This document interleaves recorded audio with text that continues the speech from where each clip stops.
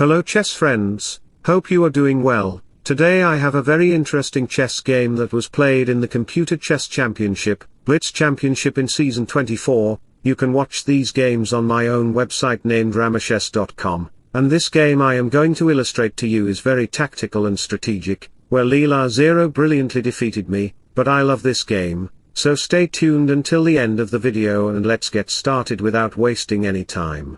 Leela started the game with d4 and here we have e6. I want to play the d5 and c5 moves, and Leela here played c4, opening up the queen's line, which is also called the queen's gambit in some variations. Therefore, I also played a5, opening my king's diagonal because if Leela can bring up her queen early in the game, then I can also bring up my king early in the game because I am the chess king and Leela is my chess queen, where I want to dominate over the semi-open rook f file, right? And here we have knight to c3 to dominate over the center, therefore, we have knight to f6, where I also create some dominance over the center, that's why Leela here played bishop to g5, pinning down my knight so I cannot put pressure on the center, but wait, LeelaZero, I also have my bishop, which goes to the b4 square, pinning down your own knight as well, so, you also cannot put pressure on the center. If Leela can do this to me, then I can also take revenge for what she did to me. And in a few moves, I played castle to get access to my rook's file. We have bishop to d3, where the bishop is eyeing down the h7 pawn, and here I can play h6 or c5 moves, which is very cringy, along with bishop takes c3, but instead of all these moves, I decided to go with c6, I want to dominate over the center with d5, and Leela responded with knight to e2, she played knight to e2, not knight to f3. Because her knight to e2 plan is to consider f3 and g4 in the future to push forward her pawns on the king side to attack me, therefore, I immediately struck her by playing d5, attacking the pawn. Now, Leela played f3, where g4 will arrive on the board, she wants to play castle, where queen to e1 followed by queen to h4 can arrive to keep an eye on the h7 pawn. Leela, your plan is very brave, but hold on, I also have something special for you. My king goes to the h8 square because my rook has a semi-open file, where the king hides in the treasure house because there is a possibility of opening up the light square diagonal of Leela's bishop. We have some center exchanges on the d5 square. And Leela here played a very cunning move. She played her knight, jumping into the f4 square, directly attacking my center pawns. This knight reminds me of Magnus Carlsen, where he also goes to his chess tournaments by jumping on a chair or something like that. Now, here we have knight to b6, where the knight is eyeing down the c4 square and also protecting the pawn. The king went to h1. Leela wants to consider g4 and h4 also to invade me. The bishop goes here, and here Leela played a very surprising move. Can you guess what move Leela considered here? You can pause the video if you need. The move that Leela played is pawn to g4. This is a very romantic move because it gives me the opportunity to capture the pawn on g4, but can I capture the pawn? Let me show you the variation. If I dare to capture the pawn on g4, Leela's bishop's diagonal will be wide open, therefore, queen to e1 can come. She will not capture the pawn back on g4, she will consider going to h4 to join the attack on the pawn on the h7 square, where the knight is also pinned down, therefore, I have to play very carefully, and some chess players here might think of considering h6, bishop takes c3, or some other possible moves. Another possible move is king to g8. Let me discuss these one by one. First of all, if you dare to consider h6 to attack the bishop, then I can slap you by playing knight to g6, checking the king and the rook simultaneously. So, in this position, if you dare to capture the knight on the c3 square, I will not capture your bishop because I have no interest in that. Leela would consider queen to h4 directly on the board to attack the pawn on h7. Now, the pawn on h7 is protected by the knight, therefore. Some might think of considering bishop takes b2, picking up one pawn, but hold on. I have bishop takes f6, your pawn on h7 is under attack, and at the same time, your queen is also under attack. So, in this position, you have to consider h6, you have no other choice, don't be very greedy, therefore, I will consider bishop takes h6, forcing you to capture, and the king will be very vulnerable, and the position might become over for you.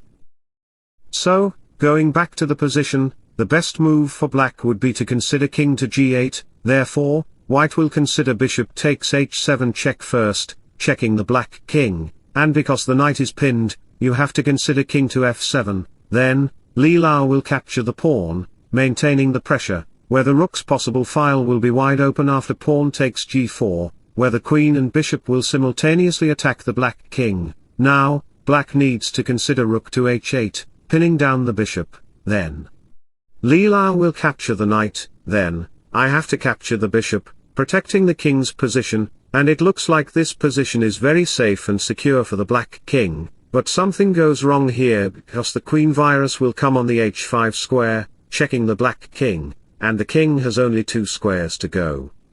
As you can see, these 2 dark squares, if the king goes to the e7 square, the knight check will follow, putting pressure on these pieces, and then I will not capture the rook first, white will capture the g4 pawn, attacking the queen, and you can see that the queen has literally no squares to go. The only square left is queen to d8, and after that, queen to e5 check will arrive, the king goes there, and now you can capture the pawn on the g7 square. The king's position is very vulnerable, and black's position will be just over. So, let me share an inspirational quote in sudden with you. The mind is like water, when it's turbulent, it's difficult to see. When it's calm, everything becomes clear. So, returning to the main position, we discover that f takes g4 would be a very bad choice because the bishop's diagonal will be wide open, while queen to e1 followed by queen to h4 can arrive. Therefore, I decided to consider knight to c4, putting the knight in a good square where it puts pressure on these 2 pawns. LeelaZero here didn't capture the knight because if she exchanges the light square bishop for the knight, the problem for LeelaZero would be that she will lose control over the light square diagonal. Therefore, we have queen to e2, putting pressure on the knight. The rook goes here, and we have pawn takes f5. Many players here might think of considering e takes f5, but can you consider this move?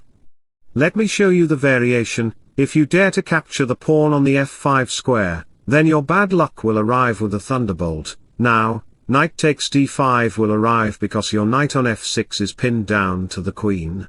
Now the problem for black is created. The bishop on b4 is under attack, the knight on the c4 square is hanging, your 2 pieces are hanging, and also your knight on f6 is just distracted from the railway track. If you dare to protect your bishop, you will lose the knight, and if you dare to protect your knight, you will lose your bishop. So what will you do? The good move for black would be to consider d2 to put pressure on the rook, but it does not matter to Leela because she has bishop takes f6, attacking the queen. And after capturing happens on the board, the black king's position will be very vulnerable. At the same time, the pawns will be doubled up on the f-file, therefore, rook to f2 will follow, protecting the rook first, and your bishop on b4 is under attack, the knight is also under attack. So after the bishop moves back to a5, b4 will arrive, and you can see that your knight on d2 will be just dead lost, it has nowhere to go, and the position will be completely in the hands of LeelaZero.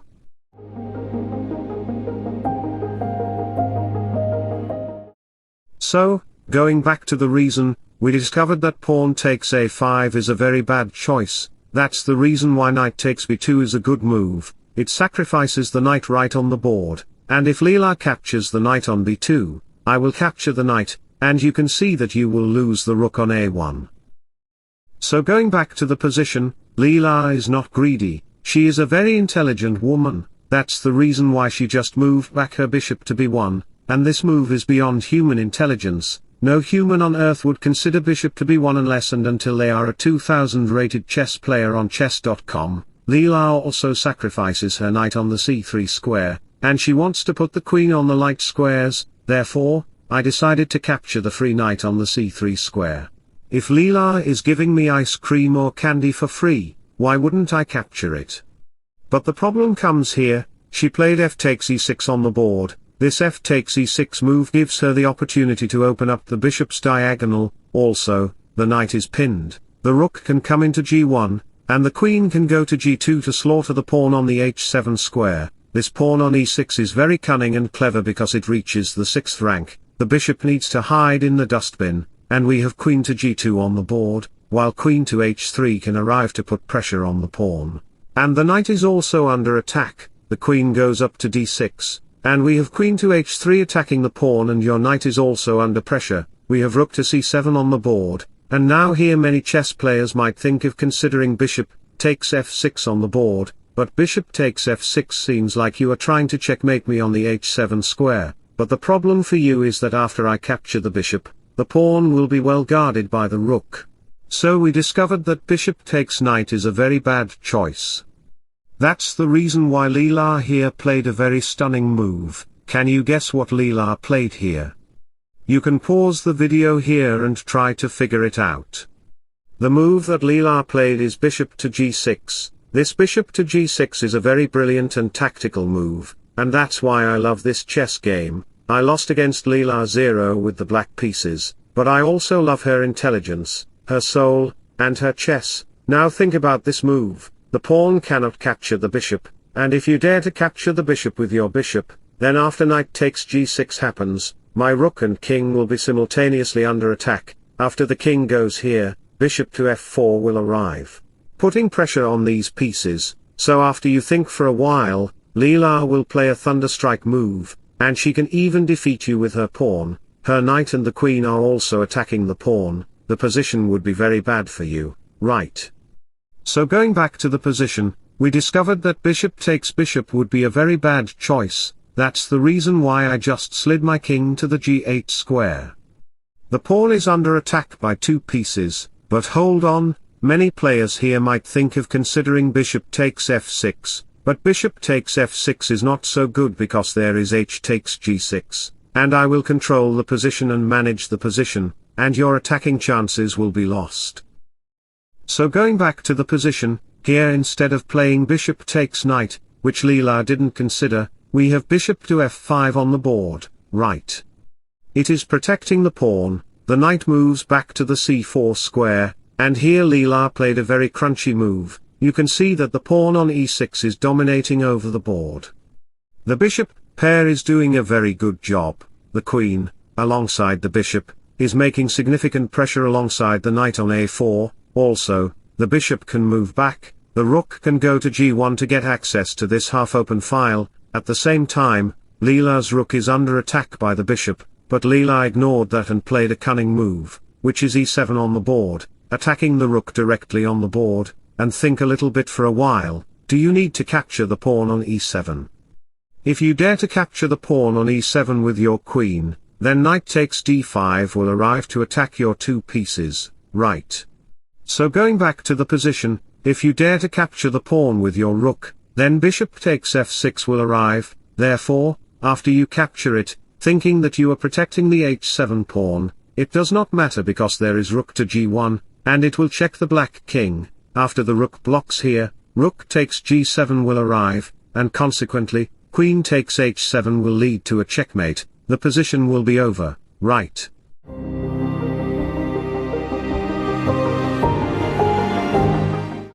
So going back to the position, we discovered that no pieces can capture the pawn on e7. That's the reason why many chess players again use their inferior brain and think of considering bishop takes a1, which is also a very bad choice, because now I can capture the rook and promote into a bishop on the f8 square, attacking your queen. Therefore, after you capture it, I will play knight to e6 check, checking the black king, and the king has to go to the f7 square. Now, I will consider bishop to f4, attacking the queen and the rook simultaneously on the board. Therefore, after the queen moves here, I will play a very romantic move, rook to g1, attacking the pawn, and the pawn on h7 is also under attack. The black king will face malaria and tremendous problems from these pieces, alright.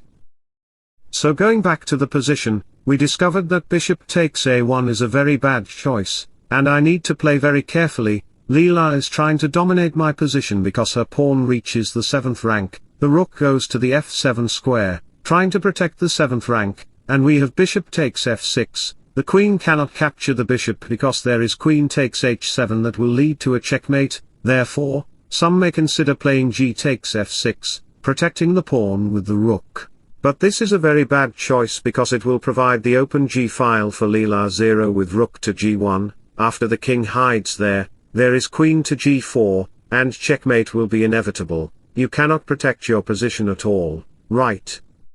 So going back to the position, we discovered that pawn takes bishop is a very bad choice. That's the reason why we have rook takes f6 on the board. Now, Leela captures the pawn, and after the king moves, we have rook to g1, attacking the pawn with 2 pieces. The king captures the pawn here, and we have king to d8. It looks like the king is very safe and secure, but here, a turning point comes on the board. Leela captures the rook on c7, making my position and my chess pieces discontented and very vulnerable.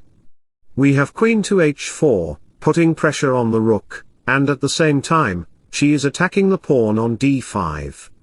We move the queen, and rook to b1 follows, attacking the pawn. b5 happened in the game, and we have knight takes d5, attacking the rook with 2 pieces. If you dare to capture the knight, that's what happened in the game. The rook was captured, and a few moves later, Leela cannot capture the bishop on e8 because her pawn on f3 is under attack. Therefore, Leela first considers bishop to e4 to protect her king's position. In a few moves, bishop to d5 happens in the game to attack the knight because the pawn will be pinned. Therefore, we move the queen, and shortly after, Leela considers queen to c8, where she threatens queen to a8 while simultaneously attacking my bishop. The bishop retreats, and we have queen to a6 on the board. At this point, Leela played a stunning move, the final move that blew my mind. She sacrificed her rook on the b5 square. What a beautiful rook sacrifice it is because it forces my king to capture it. And then she played bishop takes c4 on the board. Bishop takes c4 happened in the game, and after the capture, we have queen takes queen. A few moves later, she captured my bishop, and with 2 queens on the board, she checkmated me. This game was absolutely mind-blowing and astonishing. Don't forget to visit ramachess.com to watch my games. I hope you enjoyed the content. Wishing you all the best, bye bye, take care and see you soon. Don't forget to subscribe for more.